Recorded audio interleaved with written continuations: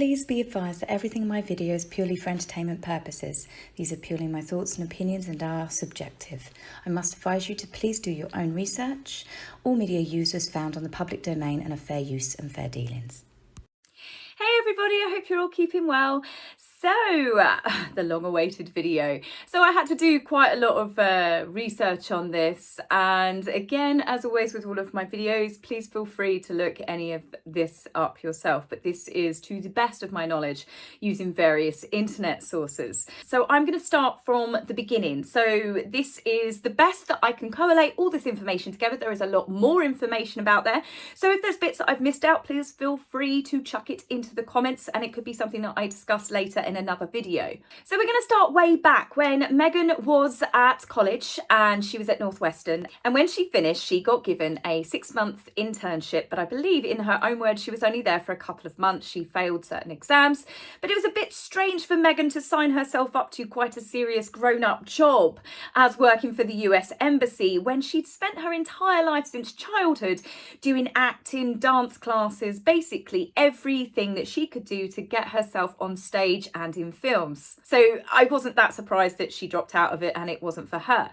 Now, despite the fact that her dad had all of these connections, Meghan was relatively, well, completely unknown. She got a tiny bit in 90210, which, well, that speaks for itself. Her dad managed to get her a no-talking part on the set of Married with Children. Now, bearing in mind that he worked on that for a number of years and was very well respected and an award-winning lighting director, the fact that she had grown up on the set that she admitted herself, she didn't exactly get given any parts there. He did manage to get her another bit part where she was on General Hospital and she said a couple of lines. Now, I have got a tiny bit of video here for you to watch of Meghan's acting skills, and you can probably see why here she probably wasn't picked up very often. So, something else. Maybe try something sitting here. Okay. Just give me a little bit more. Just a little more? Yeah. A little bit of legs? No. Just try to sit. Uh-huh. Okay. There you go. All right. A little more? Yeah. I got more. Yeah, see, no. This is not porn. This is for the Sunday paper. That's why you're not paid to think. Snap out of it. Come on, let's go. I don't have time for this. I know, I bet most of you thought it was like a dodgy porno. Yeah, so obviously then the big break that Meghan had was, obviously she got loads of little bit parts, but it's when she met her first husband or second husband, if the rumours are true, I don't know, Trevor Ingleson. Now, Trevor was working as a producer. He'd been quite successful. He'd worked on various films. Now, Meghan started dating him in 2004, and she got her first big break 2006 to 2007, where she was a briefcase girl on Deal or No Deal. Now, this really suited her image of a typical Valley girl, California, bubbly, happy. And there were lots of stories that I came across where people said that at this point, Meghan was actually still very sweet. She was nice to people, but I guess it depends whether she could get a leg up. But I do believe she was still seeing friends, she was still seeing family, she still had a good relationship with a lot of people here. And when I think that Meghan started to change was when she got Suits.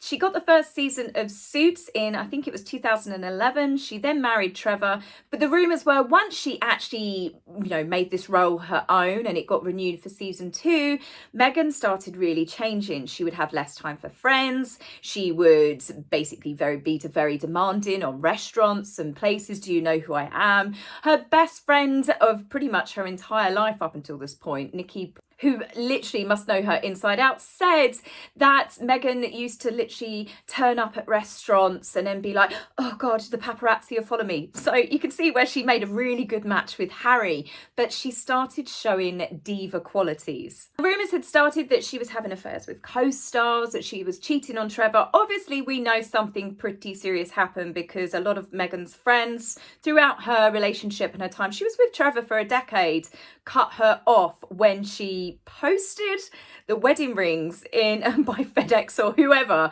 to him. That was her way of telling a man that she had been involved with, married to, for 10 years of her life that she wanted a divorce. Pretty cold. Now, you could see in behaviours towards the end of their relationship, Meghan was very much the star of the show. Trevor was Much like we saw Harry in the beginning, I suppose that he was leading Meghan, then Meghan became, he was the handbag accessory. And you could see this towards the later stages of her relationship with Trevor. She outgrew him. He was no longer served a purpose. And it was the same with her friends and her family. Now, obviously being involved with Soho House, she met a lot of influential people, one of them being her new best friend at the time, which was Jessica Mulroney. I still have problems with that Mulroney. Can't say it fast, I don't know. But I do believe with her hanging out with Jessica, who is also quite known for being a bit of a mean girl, Meghan started reinventing herself. She'd had a couple of boyfriends in between her breakup with Trevor, but you can really see her style changing here. She's hanging out with the Trudeau, she's hanging out with Sophie Trudeau. She has got herself in with a new circle of friends. Now, in the opposite, in my opinion, of what she's done with Harry, where she's done a rags to riches stories, she's actually reversed it here. This is where she cut off her family. Anything that these new rich girls set that she was hanging around with would deem that, oh, Meghan comes from a poor background. That's why I think a lot of people got cut off at this point. Meghan had probably told them, well, when you reinvent yourself, I guess, that whatever she wanted to tell them. Having people from your old life that you then have to be in social situations where they talk to people of your new life, that can cause problems where people can basically throw you under a bus. They can say, oh, that story's not true. Why on earth would she tell you that? So this is exactly why they got cut off. Meghan was now a starlet. Yes, it was a cable TV show in Canada, and for most of us, we hadn't heard of it. Sorry, Suits actors, it's nothing personal. Might have been big in Canada, but it wasn't particularly in the UK. Not to the elevation levels that it now has. So Meghan has definitely bought that show quite a lot of fame, I guess. There's a lot more people that have watched Suits now. But you could see on her behaviours on the red carpet, she started hanging around with Misha Nunu. Again, these are all the contacts that she got through Soho House. And Soho House is obviously, it's a big networking place where like-minded artists, as it says on the Gump on the website, can meet. But it's a case of you scratch my back, I'll scratch yours. And I believe that's predominantly what Soho House does, as well as hooking up young starlets with lots of rich older men. So when you go back to this time where she's now ditched Trevor, she's now ditched all of her old friends and stuff, she's part of the Jessica set, the Mean Girl set. This is when stories started coming out that she wasn't treating people particularly nice. We had stories come out that she had worked with photographers, videographers that refused to work with her ever again. Diva-like behaviour, tantrums, rude, were actually really, really bitchy to other people that were on the set, and just a very, very mean girl set. So this is Meghan's new reinvention of herself. Gone was the fun-loving California happy girl that turned up to events and got her freebies. Meghan was now very much taking on the persona of I am, a star. But unfortunately, some people, fame can go to their head and they can turn like this. We've seen it with lots of celebrities that go from someone relatively down to earth to now you read about them, you're like, who are you anymore? But for Meghan, this is what she's always dreamed of, what she's lived for.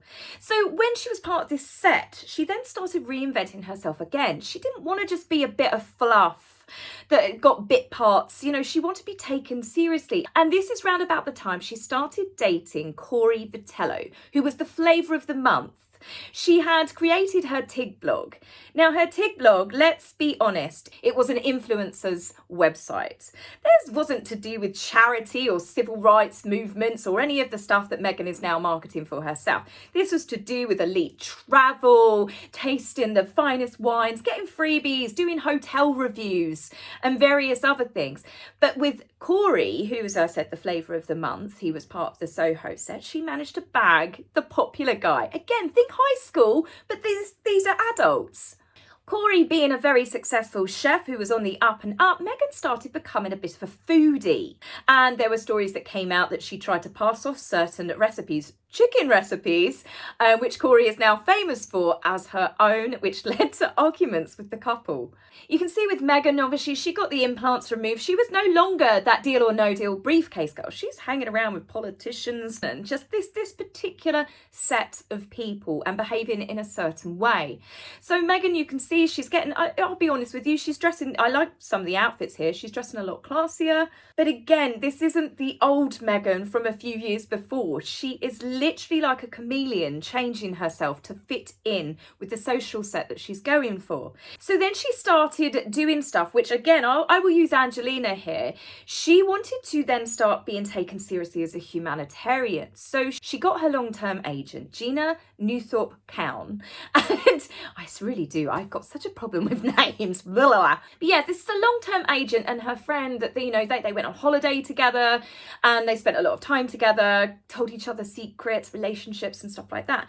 But Meghan went to her one day and she said, I want you to make me a humanitarian. Now, this is all on the internet. I'm not making this up. She wanted to be seen as a humanitarian. Now, as most of you guys know, you either want to do humanitarian things. A humanitarian is not a job title, nor is it something you get a script for. But this is the way that I feel that Meghan really kind of threw herself into it. So Gina used her contacts and stuff, and she got Meghan the speech at the UN, the famous speech where she plagiarised Eleanor Roosevelt, and she said afterwards that she had a standing ovation. But as photographs proved, that wasn't true. But, you know, she was bigging up herself. But it was what she put on the TIG. Now this one, hold on to your pearls, ladies and gents, because this one really is a corker. Her life shifts from refugee camps to red carpets. She chooses them both because the worlds can coexist. Oh, come on! Had Meghan previously spent any of her time? Have we ever seen Meghan at a refugee camp? I mean, obviously we have in recent years, but I'll come to that a little bit later. So the fact that she is completely restyling herself on the blog The TIG. Now, this is no surprise.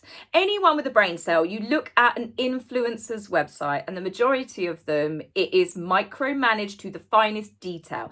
These people don't live this life. That's why there's such a big problem with people's mental health. All these young girls and boys that are looking up to thinking, this is how someone lives. The chances are they're miserable and they don't actually live their life like that. They've got lighting experts for every photograph that you see them just casually sitting there drinking a cup of coffee. And if you notice in the background, they've probably got some label in there that they're actually promoting. But they've probably taken 200 photographs with the perfect lighting, with their hair styled, with everything done to just give this one perfect candid image. There's nothing candid about it. It's fake. It's not real. Everything is contrived, and this is the whole thing with Meghan. She carefully micromanages everything to do with each new reinvention of herself that she does. And this is why she cuts off people. She's not doing it because she's being cold-hearted. It's because they can literally be the pin in her balloon if the wrong person has a conversation with another person when she's reinvented herself.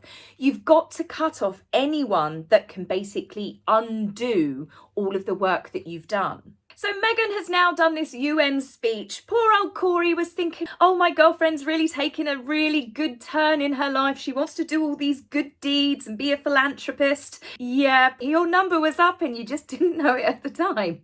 Round about early 2016, rumours are this is when Meghan actually really met Harry.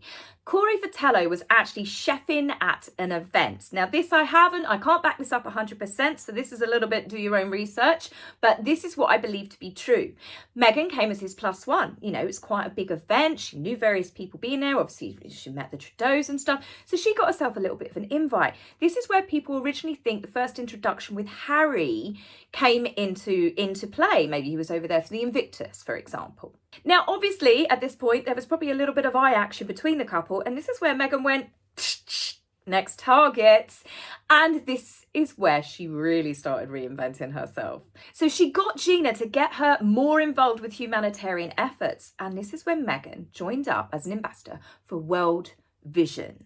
So Meghan, round about the time she just met Harry, obviously she's changed her blog. Her profile just started changing on Wikipedia. She was no longer a supermodel and an advert model. I can't remember the exact wording of it, but she was now an activist. She was a humanitarian. She had started, there were stories out there about her that no one had ever heard before, how Meghan, she's been a passionate activist her entire life to do with women's rights. It's like, why can't you find any of that in Google until around about 2015, 2016. So Meghan, through World Vision, went to Rwanda, and this is where we had a lot of these pictures. People call these the white savior pictures. There's lots of celebrities that have now been attacked for doing this because you are using poor African children to make yourself or to promote yourself as a humanitarian, and you know, it is a little bit wrong. But this is where I think it doesn't matter that Meghan's biracial here, but I think Meghan has used the children in the exact same matter. I don't think it should be white savior. I think it should just be that savior complex, because lots of people do this when they're trying to just promote something. Are you really genuinely there because you want to hang out with these African children and bring a bit of joy to their life, or are you doing something for a bit of positive PR?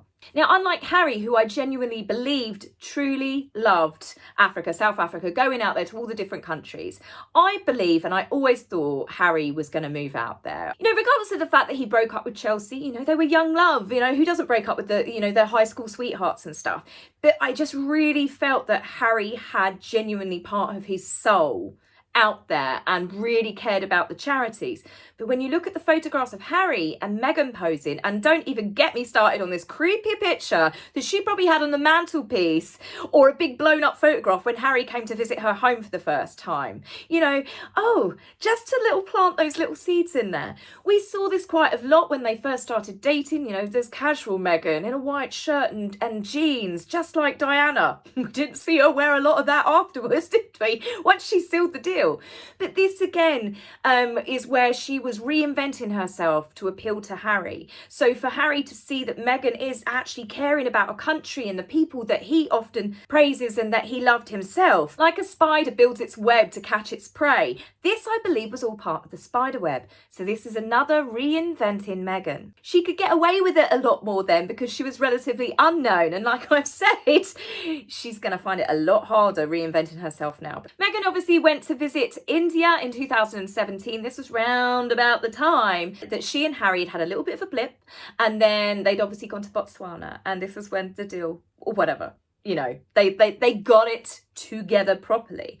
The moment that Meghan actually got together and sealed the deal with Harry, she dropped World Vision. She didn't speak to them. She just dumped them unceremoniously. They had served their purpose, as had her long-term agent and former friend, Gina Newthorpe-Cowan. She was gone as well. Bye-bye. Now, why was she ceremoniously kicked out?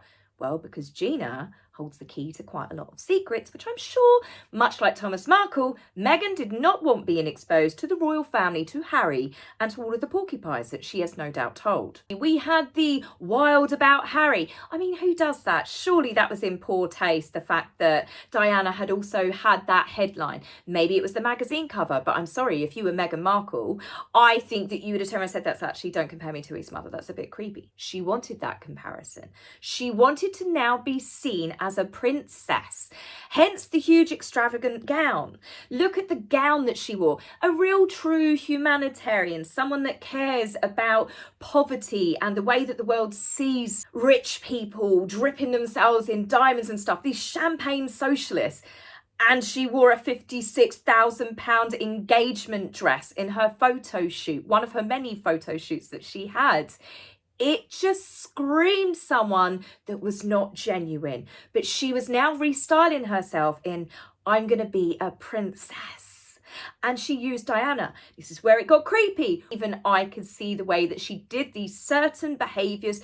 Diana the shy. Bearing in mind she'd been strutting her stuff on every opening of every envelope for the past few years as being a Suits actress. This is not a shy and retiring wallflower. This is someone that's Diana,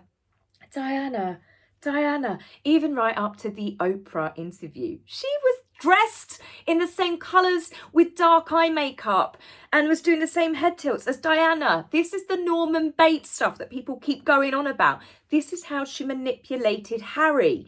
This is creepy for anyone that was a fan of Diana, and you can see it. You can see the cosplay of it all. She was trying to reinvent herself, but by copying someone else. Now, they say that copying, you know, is the sincerest form of flattery. Imitation is the sincerest form of flattery.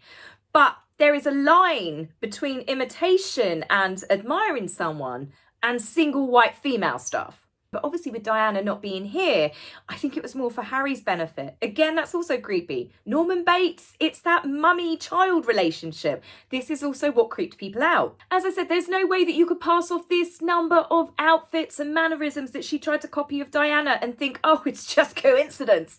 No, it wasn't. So again, coming back round to the whole Thomas Markle thing and her family being cut off, Harry never met Thomas Markle. Why do you think that is? What could Meghan have told Harry to make him be so venomous towards Thomas? Now, Thomas said this in his YouTube video, that Harry sent him really nasty text messages. So nasty was the text message that Harry sent him when he was suffering in hospital from having heart issues, that the judge refused to have it read out in the court case. What the hell did he say? And again, with Harry saying this is the family that she never had. That's what triggered the Markles. That's what triggered Samantha, Thomas, anyone else that spoke out against the fact that Meghan had obviously been telling some whopping great big lies. She had a very loving family. She was loved by both sides of her family growing up. Why were they all cut off? They were all cut off because she, I believe, was not telling the truth about certain things, and she couldn't have those people meet the royal family that could potentially unravel her latest reinvention. So like I said, with the Mean Girls, with the Jessica Maroney set, the Soho House clique, she wanted to get rid of the poverty. She was another rich girl. But here what worked in her favour was the fact that she was rags to riches. It also probably invoked in Harry that he was rescuing this damsel in distress, being the family that she never had. Well, look how she treated his family as well. Harry is not an innocent victim in this. And whilst I have said before that I do believe that he is caught up in a narcissist web, Harry has also turned out to be not a nice person. So with all of that, that's several reinventions we've had of Meghan. Now Meghan is reinventing herself. And, well, I did give you a clue, obviously. Well, I gave it away on the last video. But I'm going to read it to you. And you guys, tell me what you think, because I'm finding it's too much of a coincidence, okay? So the whole hugging thing, a lot of us put down, myself included, to do with Diana. But who famously, a woman of power, started hugging people, and it became a real turning point, making people like her and see her down to earth. Now, obviously, I know who I'm talking about here, and this is not about politics. I know you guys, especially in America, there's a whole Democrat-Republican thing. This is purely to do with Meghan, obviously, imitating Michelle. So don't come at me with all the political stuff. But you can see here the way that Meghan behaved and the way that Michelle behaved with people. So this is just the start of it, okay? They signed up with Netflix and with Spotify. Michelle and Barack did this. They literally had the same huge multi-million-pound deals, and Meghan and Harry signed up to the same thing, which is weird because they've given them no content. They signed up to it. They might have got an initial retainer fee, but they've put no work into it. So it's like they could go, okay, right, Netflix, Spotify, we've got this on the list. Harry's biography that he's done with Penguin Publishers. Well, the Obamas, they did huge biographies. The difference is they got something more to write about than what they did. They were the President and First Lady of the United States for a start. Children's books, okay? The children's books is slightly creepy because Barack Obama, he wrote Of Thee I Sing, which is a letter to his daughters. Meghan the Bench, same publishers. Hers is about her poem to Harry and Archie, as seen through a mother's eyes. 40 by 40, which came out at the same time the Obamas were doing 60 by 60. Barack Obama had the same initiative for his birthday. Give $6, spend 60 minutes of your time. Meghan literally copied this entire initiative, but it totally flopped because, well, it's just, they're not the Obamas, are they? Their friendship, okay? Them trying to cozy up to. Hillary Clinton was apparently one of the people that came over to see Archie. I'm up there with Ellen, I'm sorry. I think I'll take that story with a pinch of salt. But Hillary Clinton, Gloria Steinem, Oprah, cozying up to these type of people.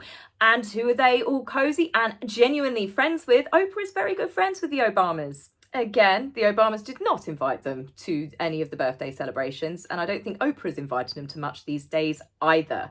Here's another one, community kitchens. Meghan got involved with a community kitchen. She did the community book, didn't she? Well, she didn't do it. She just signed her name to it. But again, look at the similarities here that are happening. She signed up to Michelle Obama's initiative to do with voting. We saw Meghan getting involved pretty much as soon as she got to the States, involved in all these political initiatives. Her and Harry, they did the whole thing. They were making a thinly veiled dig at Donald Trump. Of course they were. But they were encouraging women to vote. Now, Meghan is now beginning to, everything she's doing is to do with women and now civil rights. You've got the recent donations, haven't you, to do with advancing gender equity, building policies that empower women, media representation of women, network tools and support, women's employment. It was the Georgetown University Law Centre that benefited recently, and a National Women's Law Centre. So Michelle Obama, obviously, she has got a very long background in studying law. She was a lawyer herself before she was First Lady. But what else has Michelle Obama come from? She, in her biographies and stuff, talks about that they came from very humble beginnings and they worked their way up. Meghan is completely reinventing her childhood to be that she grew up from rags to riches. She didn't. The photo evidence, the video evidence, it's all there. Meghan was given every opportunity in life. She definitely was a very, very privileged young lady growing up with access to the best LA schools and universities, or colleges as you call them. Northwestern, she was part of one of the top sororities. But this is reinventing herself. She can't have that privileged upbringing. She is trying to reinvent herself into Michelle. It's too much of a coincidence. Whereas Meghan starred as a paralegal on Suits, Michelle actually passed the bar. Michelle Obama handed out awards on stage. Meghan now gets to hand out awards every year on stage. She's partnered up with the NAACP. So that guarantees that Meghan gets to hand out awards every single year. Signing up to after-dinner speeches. They literally picked the Harry Walker agency, which Michelle and Barack had signed up to. Obviously, I don't think they've been very successful in that, because the JP Morgan event, which was Harry's first speech, he spent the entire time talking about how hard his life was and his mother, and people reportedly in the audience didn't feel entirely comfortable watching Harry on stage talking about his mother's memory in the way that he's doing it, especially for a big fat $500,000 paycheck. As I said, my belief is they are using Archewell and the donations to get the connections for Meghan to reinvent herself now as a potential political candidate.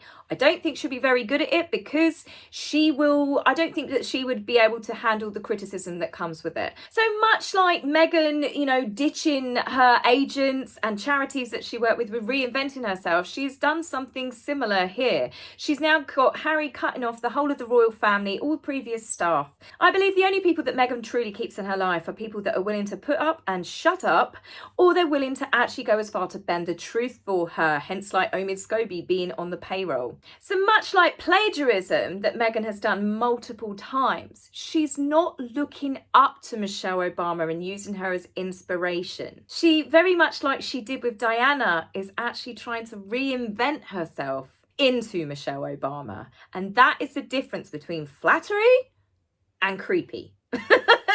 So that's it for this video, guys. I hope you've enjoyed it. As I said, I know it took a little bit longer, but as you can see, there's a lot of stuff here for you guys to mull over. So I would love to hear your thoughts. Please remember to like and subscribe, and I will keep giving you the content. So I will be back with you very soon. Take care for now. Bye. If you like my video, please remember to like and subscribe. Please, angry typists, you will be blocked, so save your fingers for time. If you would like to buy me a coffee, please go to my About page and click the link. Love, Taz.